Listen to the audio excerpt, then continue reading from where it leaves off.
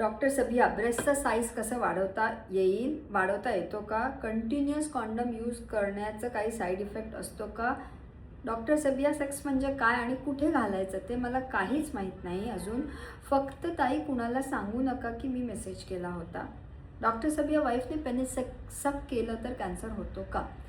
असे बरेच छोटे छोटे प्रश्न आहेत माझ्या इनबॉक्समध्ये. मी doctor Sabiya, India's leading sex and relationship coach, आणि तुम्ही हे विचारलेल्या प्रश्नांचे medical based, scientific based and emotional based उत्तर देण्यासाठीच हा चॅनल बनवलेला आहे. तर चॅनल सबस्क्राईब करा. आजच्या व्हिडिओमध्ये असेच 4-5 प्रश्न घेईन आणि त्याची उत्तरं देईन. व्हिडिओ शेवटपर्यंत बघा, पण सबस्क्राईब करायला विसरू नका.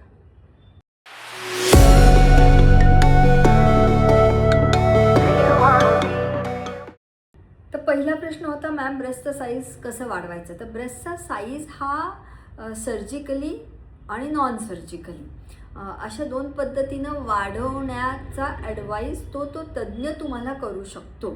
त्यामुळे पहिली गोष्ट, तुम्हाला एखाद्या गायनेकोलॉजिस्टकडे किंवा एखाद्या प्लास्टिक सर्जनला व्हिजिट करावं लागणार आहे. So they can have a complete checkup. आणि मी त्याची तज्ज्ञ नाही. I am a doctor, I am a BMS doctor and I am a licence emotional intelligence coach.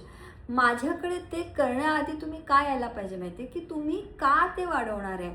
मी नेहमी म्हणते की कुठलंही शारीरिकरित्या काही बदल आपल्याला करायचे असतील तर आपण ते स्वतःला छान वाटतं म्हणून करणार आहे, की तुमचा पार्टनर कंपल्शन करतं की बाबा तुझे ब्रेस्ट असे लहान आहेत, ते मोठे असले तरच मला अराउजल होतं आणि तरच मी सेक्स करू शकतो.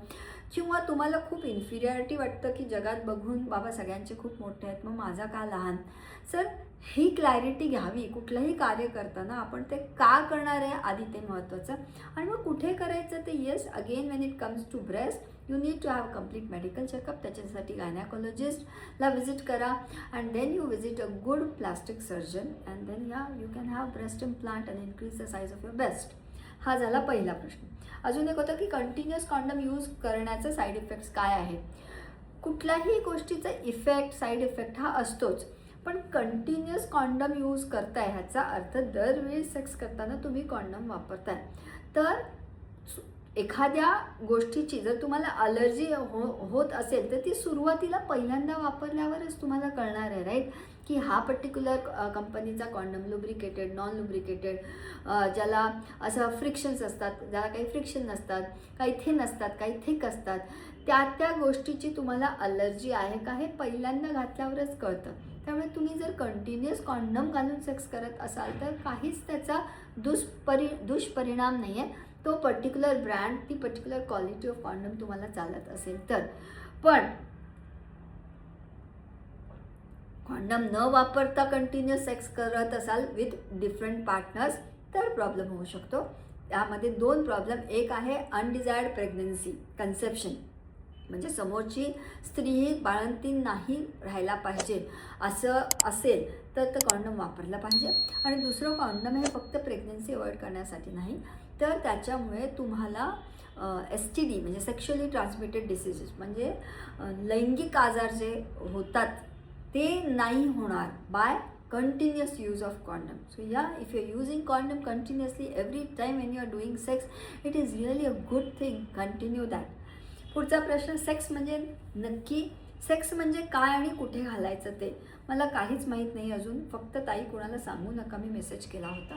पहिली गोष्ट ना, मी कुठलाही, इथं बघा केवढे हजारो मेल आहेत, मी कुठलाही मेल घेताना कधीच तुमचं नाव, तुमचं ईमेल ID किंवा तुमची कुठली आयडेंटिटी एक्सप्रेस इथं करत नाही. मला त्याच्यामध्ये रस नाही, तुम्ही कोण आहे काय.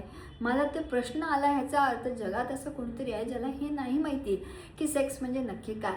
माझ्याकडे एक कपल होता, इन्फर्टिलिटीसाठी ते ट्रीटमेंट घेत होते, पण त्यांना बाळ राहत नव्हतं. त्या IVF एक्सपर्टनी त्या कपलला माझ्याकडे पाठवलं होतं आणि मग सगळी हिस्ट्री मी घेतली, सगळं विचारलं, सगळे त्यांचे रिपोर्ट्स नॉर्मल होते.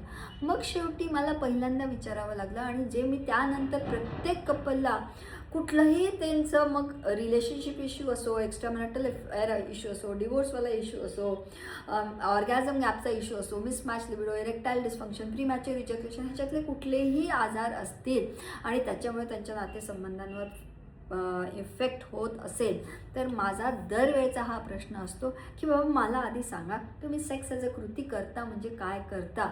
कारण ही एकमेव अशी कृती आहे माहिती आहे जी आपण ऐकली आहे किंवा पॉर्नमध्ये पाहिली आहे.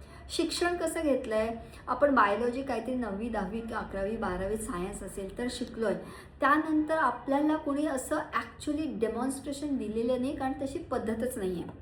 आणि पद्धत नसल्यामुळे मग आपल्याला क्युरिओसिटी असते की मग नक्की काय करायचं तर आपण पॉर्न बघतो. आता पॉर्नमध्ये जे दाखवतात आणि खऱ्यात जे होतं हे सांगायची गरज नाही राहिली की खूप वेगळं असतं. आणि सेक्स म्हणजे काय आणि कसं असायचं ह्याच्यावर मी इंस्टाग्रामवर पण बरेच रील्स टाकलेत आणि यूट्यूबमध्ये पण मला वाटतं मोठा लाँग फॉर्म व्हिडिओ बनवला आहे की नक्की लिंग म्हणजे काय, योनी म्हणजे काय, वजायना म्हणजे काय. तर प्लीज चॅनल सबस्क्राईब करा आणि खाली खाली खाली जाऊन सगळे व्हिडिओज म्हणजे तुम्ही जर जोडीनं असाल जर तुम्ही एकटे असाल तर तुम्ही ना हे असं रिच्युअल बनवलं पाहिजे की तुम्ही दररोज एकतरी व्हिडिओ डॉक्टर सबियाचा बघायचा. कारण मराठीत एकतर हे शिक्षण मिळणं सोपं नाही आहे आणि मी डॉक्टर आहे. मी ग्रेसफुली सायंटिफिकली मेडिकली इमोशनली हे ज्ञान तुमच्यापर्यंत पोहोचवण्यासाठीच हे असे रॉ अनस्क्रिप्टेड. इथं माझ्यासमोर आत्ता कुठलीच टीम नाही बसली. मी आहे, माझा लॅपटॉप, माझा आयपॅड, माझी जागा, माझी सुंदर ऑफिस आणि माझा हा मोबाईल आणि तुमचे प्रश्न मी घेते आणि एक एक प्रश्नाचं उत्तर देते. आहे तसा व्हिडिओ हार्डली काहीतरी हमजा माझा असिस्टंट त्याच्यामध्ये काहीतरी वर खाली काहीतरी फॉलो करा, सबस्क्राईब करा, नोटिफिकेशन ऑन ठेवा, ती अशी काहीतरी पट्टी जाते. असा तो तेवढा एडिट करतो आणि हा व्हिडिओ आम्ही यूट्यूबवर टाकतो. यूट्यूबवर टाकल्यानंतर पण आम्हाला बरेच रिस्ट्रिक्शन्स असतात यूट्यूबवरनं की तुम्ही हे अडल्ट कंटेंट आहे, हे चालणार नाही, हे मॉनिटाईज होणार नाही, ह्याच्यावर ॲड नाही येणार असं आणि तसं. पण माझा हाच प्रयत्न आहे की आज मी जिवंत आहे शेवटच्या श्वासापर्यंत. जर मला जे कळतं आहे ते जर मला तुमच्यापर्यंत नीट तुम्हाला समजेल असं भाषेत पोचवता आलं तर मी का नाही पोचवावं. तर सेक्स म्हणजे नक्की काय आणि कुठे घालायचं असतं. पहिली गोष्ट सेक्स म्हणजे एक सुंदर अशी प्रेमाची भाषा आहे जी कृती किंवा ॲक्ट फॉर्ममध्ये आपण करतो.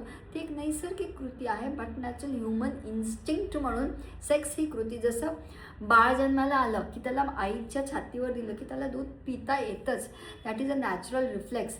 ते रडतं, that is a natural reflex. आणि नंतर काही गोष्टी तो शिकायला लागतो. बोलायचं तो शिकतो, जेवायचं तो शिकतो, समजून घ्यायचं तो शिकतो, हावभाव शिकतो. तसं सेक्स ही कृती आहे. जरी आपण माणसं आहोत तरी आपण जनावरांपासून वेगळे आहोत. त्यामुळे पहिली गोष्ट हे गृहीत धरणं की सेक्स ही कृती प्रत्येकालाच येते, प्रत्येकालाच जमते. ज्याला जमते त्याला ती आवडतेच आणि स्त्रीला पुरुषासोबतच आणि पुरुषाला स्त्रीसोबतच आवडतं. हे सगळे खूप ह्याच्यामध्ये असे ग्रे शेड्स आहेत ज्याच्यावर नीट खुलून बोललं जात नाही. हां, जर मी हेटेरोसेक्शुअल म्हणजे लिंग म्हणजे स्त्री आणि पुरुष म्हटलं तर स्त्रीच्या सॉरी आणि तो एक किस्साही सांगायचा राहिला की how I started asking the questions. Sorry हां, कारण मी परत म्हटलं ना मी अनस्क्रिप्टेड बोलते त्यामुळे एखादा मुद्दा सुटला तर कमेंटमध्ये मला सांगत जा की मॅडम हा मुद्दा तुम्ही सांगत होता हा सुटून गेला आणि तुम्ही दुसऱ्याच मुद्द्याला लागले. तर मी प्रत्येक क्लायंटला विचारते ना की तुम्ही सेक्स करता म्हणजे का करता. हे मी का विचारायला लागले कारण एक नवरा बायको होते जे इन्फर्टिलिटी ट्रीटमेंट होतं आणि सगळे रिपोर्ट्स नॉर्मल असून ते होत नव्हतं. शेवटी त्या IVF एक्सपर्टनी माझ्याकडे पाठवलं होतं आणि मग मी त्यांना विचारलं होतं की बाबा मग मला समजावून सांगा की तुम्ही करता म्हणजे नक्की काय करता, what do you actually do. मग त्यांचं असं म्हणणं म्हणजे असं झालं की नाळ जी आपण कापतो मग अम्बेलिकल कॉर्ड म्हणतो आपण इंग्लिशमध्ये म्हणजे अम्बेलिकसला मराठीत काय म्हणतात आय डोंट नो. बेंबी. तर बेंबी और अम्बेलिकस जिथून कापला जातो त्या अम्बेलिकल कॉर्ड जिथं कनेक्टेड असतं ना बाळाला ते त्यांना असं वाटायचं की बाईचं तिथून कनेक्टेड असतं ते बाळ आत म्हणून ते त्या बाईचं ते अम्बेलिकस म्हणजे बाईची ती बेंबी तिथं ते इजॅक्युलेट करायचे. सो त्यांना माहीत नव्हतं ते अनाडी आहेत का नाही, अनएज्युकेटेड आहेत का नाही, पण त्यांना ते पर्टिक्युलर शिक्षण कधी कोणी दिलंच नाही. म्हणून तर हा प्रश्न आहे सेक्स म्हणजे काय, कुठे काय घालायचं. कारण पुरुषाकडे लिंग आहे त्याच्याकडे योनी नाही, पण त्याला योनीचं काहीच माहिती नाही. आणि ज्या माणसाकडे म्हणजे ज्या स्त्रीकडे योनी आहे तिच्याकडे लिंग नाही त्यामुळे तिला माहिती नाही. आणि लग्न होतं पहिल्या रात्री आपण ते लिंग आणि योनी बघतो आणि आपण सरप्राईज असतो की एवढीशी माझी जागा खायची आणि त्याच्यातनं एवढं मोठं लिंग कसं जाईल. किंवा पुरुषालाही असं वाटतं की अरे बापरे, हे लिंग घालायचं म्हणजे नक्की कुठल्या होलमध्ये घालायचं, हा एवढा बेसिक प्रश्न असतो. त्यामुळे लिंग हे वजायनल ओरिफेसमध्ये जातो. स्त्रीला खालच्या भागात एक असतं होल जिथून लघवी बाहेर येते, तिथून आत अदर दॅन कॅथेटर काहीच जात नाही. त्याच्या खाली वजायनल ओरिफेस असतं की जिथून रक्त बाहेर येतं, कधी डिलिव्हरीनंतर बाळ बाहेर येतं आणि तिथूनच तुमचं लिंग आत जातं. आणि खाली असतं एनल, म्हणजे जिथून पॉटी बाहेर येते. आता एनल सेक्स हा काही लोकांना आवडतो, काही लोकांना नाही आवडत, तो वैयक्तिक विषय. पण बेसिक सेक्सची मेडिकल जी डेफिनेशन आहे, जिथे एक इरेक्टेड पेनिस असतं, जिथे एक लुब्रिकेटेड योनी असते, त्या वजायनल ओरिफेसमधनं ते लिंग, इरेक्टेड लिंग आत जाणं. आत गेल्यावर बेर मिनिमम भारतीय पुरुषांसाठी आम्ही म्हणतो 5 ते 7 मिनटं जर ते इरेक्टेड आत राहिलं, ते आत बाहेर करू शकत असेल आणि आत त्याचं इजॅक्युलेशन झालं तर त्याला सेक्स अशी कृती म्हटली जाते. माझ्या मते मी एका व्हिडिओमध्ये ना सगळे मॉडेल, म्हणजे योनीचं मॉडेल, पेनिसचं मॉडेल घेऊन हे सगळं एक्सप्लेन केलेलं आहे. त्यामुळे तो व्हिडिओही बघा आणि समजून घ्या की सेक्स म्हणजे नक्की काय. आणि हेच मी जे एक्सप्लेन केलं ना, ही कृती झाली. पण मी ॲज अ सेक्स कोच, मी ॲज डॉक्टर सबिया हे नेहमी सांगते की सेक्सची, म्हणजे सेक्स ही प्रेमाची सगळ्यात मोस्ट पॉवरफुल आणि मोस्ट इम्पॅक्टफुल अशी लँग्वेज आहे, ती भाषा आहे. ती भाषा आधी शिकली पाहिजे. लिंगला आपण कशा कशा नावाने शिवीगाळीत वापरतो, स्त्रीच्या योनीला कुठल्या कुठल्या शिवींमध्ये आपण वापरतो. त्यामुळे ते एज्युकेशन की सेक्सची भाषा कशी बोलायची, त्या अवयवांची नावं काय, आणि सेक्स या कृतीतनं आपलं प्रेम समोरच्यापर्यंत पोचणार आहे, त्याचं ते खूप सुंदर माध्यम आहे. आणि तिथं शरीर हे माध्यम बनतं, पण कोणाच्या आत्म्यापर्यंत तुम्ही पोचू शकता. माझ्या मते तेच म्हणजे सेक्स. हा होता आजचा व्हिडिओ. मला जे अब्रप्टली वाटले ते मी प्रश्न उचलले आणि मी त्यात मला जसं वाटलं तसं अनस्क्रिप्टेड मी उत्तर दिलं.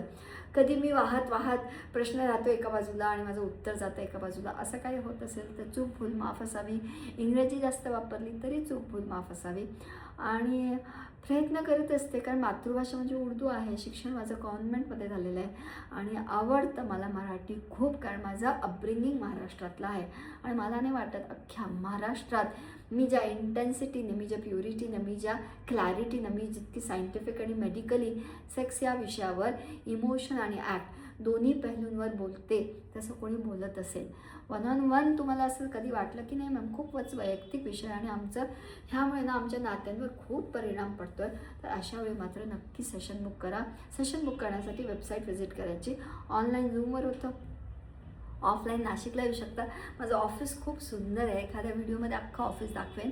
तुमची प्रिव्हसी माझं टॉपमोस्ट कन्सर्न असतं. मी समजू शकते सेक्स हा विषय इतका किचकट आहे ना की आपल्याला असं सांगायला पण लाज वाटतं ना की मला हे कळत नाही किंवा मला हे जमलं नाही, मग सांगायचं कुठं, मग आपण ते असंच दाबत राहतो. तसं नका करू. मेल आहे माझा, मेल ID contact@drsabir.com. तिथं तुमचे प्रश्न विचारत जा. असाच एखाद्या व्हिडिओमध्ये तुमच्या प्रश्नाचं उत्तर देईन. समाधानकारक उत्तर मिळालं तर खूप छान. असं वाटलं की नाही अजून मला डिटेलमध्ये समजून घ्यायचं आहे तर एक तर परत मेल टाका किंवा सगळ्यात सोपं 1 कन्सल्ट. आयुष्य सोपं होऊन जातं 1 तास राईट व्यक्तीसोबत आपल्या त्या सप्रेस्ड इमोशन्स आणि फिलिंग्सवर नीट संभाषण किंवा कन्व्हर्सेशन झालं तरी खूप असतं. कधी कधी आपल्याला वाटतं तेवढा तो प्रॉब्लेम मोठा नसतोच, तो बोलल्याने सोप्पा होऊन जातो. कळतं आपल्याला खरं सांगते सेक्सवर कधीच कोणी समजवलेलं नाही आहे. मी इथं समजवण्यासाठी बसलेली आहे. फक्त अपेक्षा आहे की तुम्ही ग्रेसफुली ते या माझ्यापर्यंत आणि समजून घ्या. So yes, as always say channel subscribe करा, नोटिफिकेशन ऑन ठेवा, आवडलं तर लाईक करा, पुढे ते चॅनल शेअर करा.